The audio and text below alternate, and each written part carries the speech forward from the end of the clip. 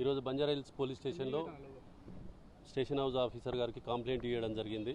I dreams ఛానల్లో గత నెలలో అరుణ్ కుమార్ అనే విశ్లేషకుడు, సౌమ్యారెడ్డి అనే జర్నలిస్టు వాళ్ళు చేసిన ఇంటర్వ్యూలో కేసీఆర్ గారి గురించి, బీఆర్ఎస్ పార్టీ గురించి అనుచిత వ్యాఖ్యలు చేస్తూ వెకిలి చేష్టలతోటి ఇంటర్వ్యూలో వాళ్ళు మాట్లాడడం జరిగింది. దాన్ని బీఆర్ఎస్ పార్టీ తరఫున మేము ఖండిస్తూ ఉన్నాం. ఈరోజు వారు మాట్లాడిన ఏ ఆధారాలు లేకుండా ఫోన్ ట్యాపింగ్ అంశం కానీ బీఆర్ఎస్ పార్టీ మీద తులనాడే విధంగా, కేసీఆర్ గారిని తులనాడే విధంగా వారు మాట్లాడిన వాటిని మేము బీఆర్ఎస్ పార్టీ తరఫున ఆక్షేపిస్తూ ఉన్నాం. ఇలాంటి వ్యాఖ్యాతలు కానీ ఇలాంటి చర్యలు ఏ ఛానల్లో వచ్చినా ఇది ప్రజాస్వామ్యంలో జర్నలిజం, ఎల్లో జర్నలిజం రూపకంగా తయారైంది. విలేకరులు మాత్రం ఛానళ్ళు కావచ్చు, కొన్ని కబేలాలు నడుపుతున్నట్టు ఛానళ్ళు నడుపుతూ ఉన్నారు, స్లాటర్ హౌజుల్లాగా నడుపుతూ ఉన్నారు. వాళ్ళు వార్తను వార్తలాగా కాకుండా వార్తను కుక్కుడు వార్తలాగా ఒక వండి వార్చే నీచమైన సంస్కృతికి ఈరోజు పత్రికా స్వామ్యం వచ్చింది కనుక దాన్ని మేము బీఆర్ఎస్ పార్టీ తరఫున ఖండిస్తూ ఉన్నాం.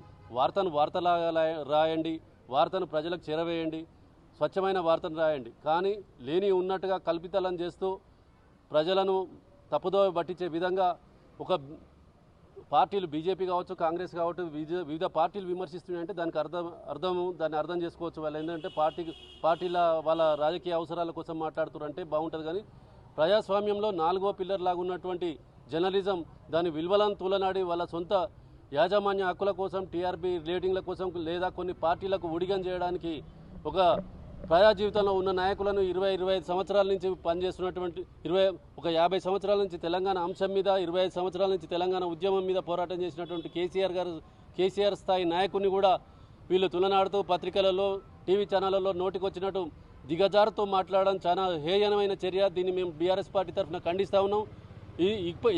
ఇప్పటి నుంచైనా పత్రికలు తమ విలువలను కాపాడుతూ ప్రజలకు అవసరమైన ప్రజా సమస్యల మీద పోరాటం చేసే వాటి మీద స్వచ్ఛందంగా వాళ్ళు ప్రజలకు సమాచారాన్ని అందియాలని, ప్రజల సమస్య మీద పోరాటం చేయాలి. కానీ దిగజారిన వార్తలను రాస్తూ, దిగజారిన వ్యక్తిగత హననం చేస్తూ, నాయకుల వ్యక్తిగత విషయాలను లేని బజార్లకు ఇడుస్తూ వాళ్ళ వ్యక్తిత్వాన్ని హననం చేసే విధంగా ఈరోజు పత్రికలు కావచ్చు, కొన్ని యూట్యూబ్ ఛానళ్ళు కావచ్చు, మీడియా ఛానళ్ళు కూడా వివరించడం చాలా శోచనీయం. దీన్ని ప్రజాస్వామ్య విలువలకు ప్రజాస్వామ్య విలువలకు